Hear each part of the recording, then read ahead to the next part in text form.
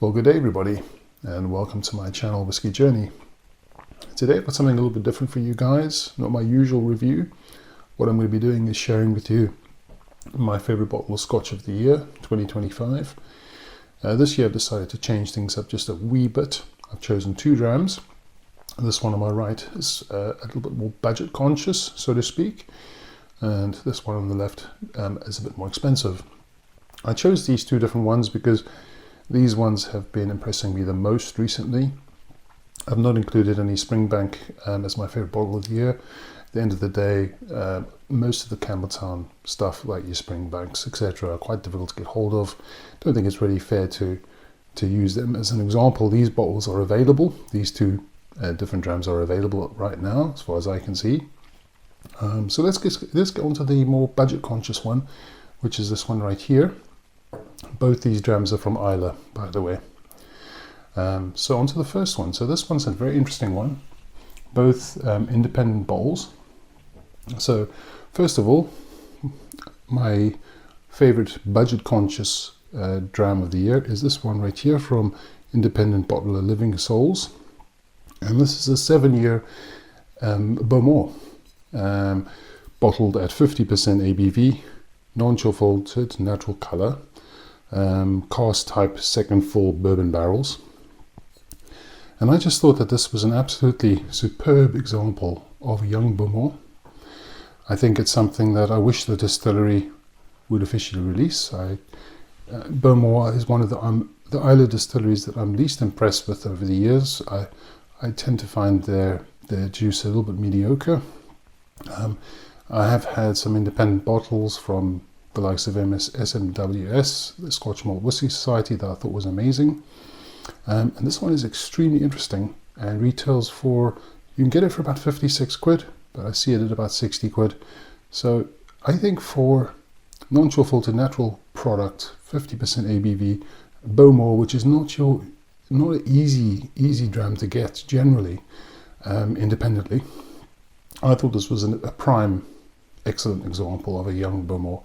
And as I said, something I wish that Beaumont would release officially themselves. So let's just have a wee taste of this one, a wee nosing and a taste, and see what we get. All right.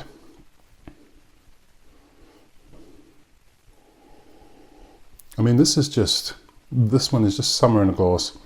I know it's coming close to winter, but this one for me typifies a summertime dram.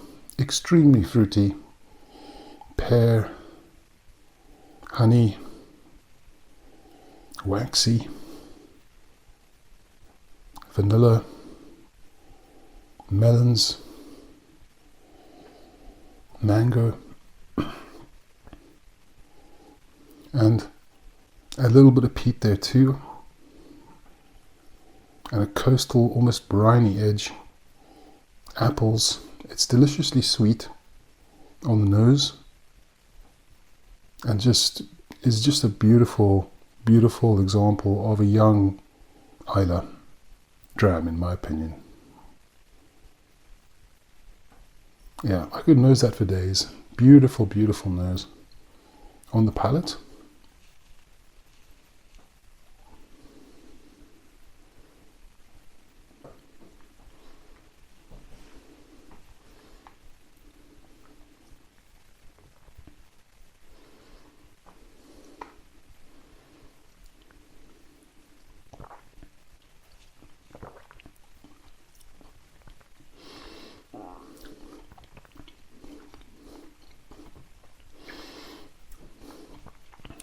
just on the end there, billows of peat and smoke, and nice and long seashore coastal on the end, and just absolutely stunning.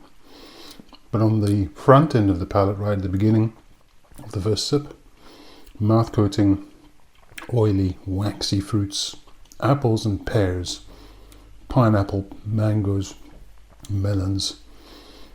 And then it leads into that coastal seashore line, that sort of feel to it. And then on the finish you get, as I said, all that peat and smoke. Not huge, but it's there. and really captures the essence of Islay, in my opinion. A little bit of vanillas and baking spices on the end. Give it just a little bit more depth and lengthen that finish just a little bit longer, so you're getting that little bit of spicy element at the end. Not really alcoholic. You can taste that it is a young spirit. Not a bad thing in any way. What a beautiful example, though, of a young Islay whiskey. Would I identify that as a spirit from Beaumont on tasting alone? Probably not. I would know it's from Islay, though, because of the taste. But I just wish that Beaumont would release stuff like this. You know, non-chill filtered, natural color, 50% a bump up in ABV as a core release. And as I said, this is extremely well priced, in my opinion. I saw it and I thought, well, might as well take a punt. Not often you see Beaumont independently bottled, and this is just a beautiful example, guys. And for that reason alone, and also tastes great too, it picks up as one of my favorite bottles of Scotch for the year, and rivals other whiskies that are a lot more expensive than this. Let me tell you. So if you can get it, as I said, I've seen it retail for about 56 to 60 quid. If you can get a bottle, get a bottle. It delivers a lot for its money, in my opinion. And that beautiful fruity finish just continues. Waxiness, honey, some barley as well, and obviously that coastal edge just stays and lingers in the palate. Excellent, excellent bottle, guys. Okay, so onto this dram right here. So this one's a bit more expensive, and it's a Laphroaig. I've tried several different Laphroaigs this year. The 10-year-old cask strength batch 15 and batch 16. Two other independent bottles by Berry Bros and Rudd. One being an 11-year-old in a Muscatel finish, and the other one being a 15-year-old ex-bourbon finish. And this one for me just came up tops, and is one that I've been enjoying immensely. This is a 13-year-old Laphroaig, bottled by Independent Bottle, Woodrose of Edinburgh. Bottled at cask strength, natural colour, non-chill filtered. ABV is 58.6%. Finished matured originally in refill hogshead, and then finished in a first full French oak Oloroso sherry hogshead, cask number 222, 263 bottles only. So quite a small outturn. But I can tell you now, this is the best Laphroaig I've had this year, in my opinion. More expensive, you're looking at about 100 quid for this one. But let's just get onto the tasting notes first and see what we get on the nose on this one.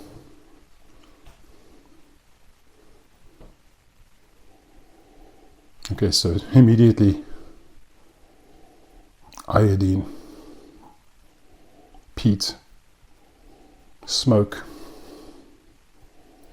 dominated, as I say, by that iodine, that herbal quality, some red fruit character as well, some wood smoke as well, some char wood almost. But yeah, herbal, as I've said already, red fruits. But it's just a lovely nose. Also that sort of oysters and shellfish and fishiness comes out. If you like that sort of things, you'll enjoy this one, guys.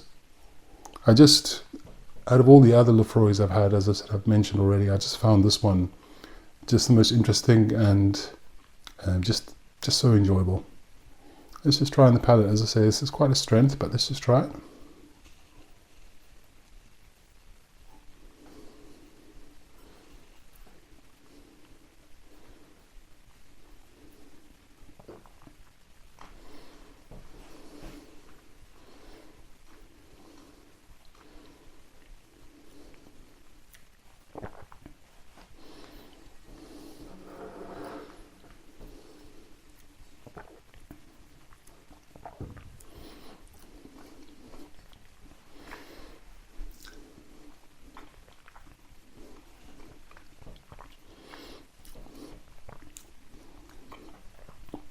Powerful finish. Lots and lots of smoke. medicinal iodine, wood smoke, barbecue, almost like a barbecue, gamey, meaty finish, coastal, brine, salty, smoked fish. That is just an absolute stunning release, in my opinion. It starts out with the red fruits and the dried fruit character, but the arrival is really oily, viscous, it's nice and thick. Only on the end you get a little bit of spice from the barrel, most definitely. Out of all the Laphroaigs I have tried, this one drinks just so easily. I mean, I wouldn't have guessed this is 58% ABV. To me, that drinks about a 50%. It's, as I say, it's only on the finish when you get a bit of that spiciness from the barrel that you realize that it's a higher strength. On the palate initially, it just absolutely just slides around in your mouth. No heat for me whatsoever, just as I say, on the end. But what a dram. And long finish.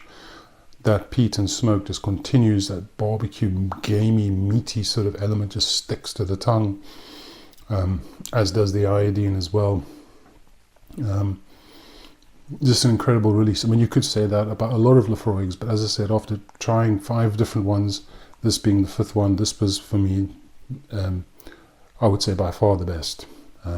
So, as I said, still available. It's a bit more expensive, but I think it's worth its price just for the quality alone. I think it's an excellent example of a teenage Laphroaig.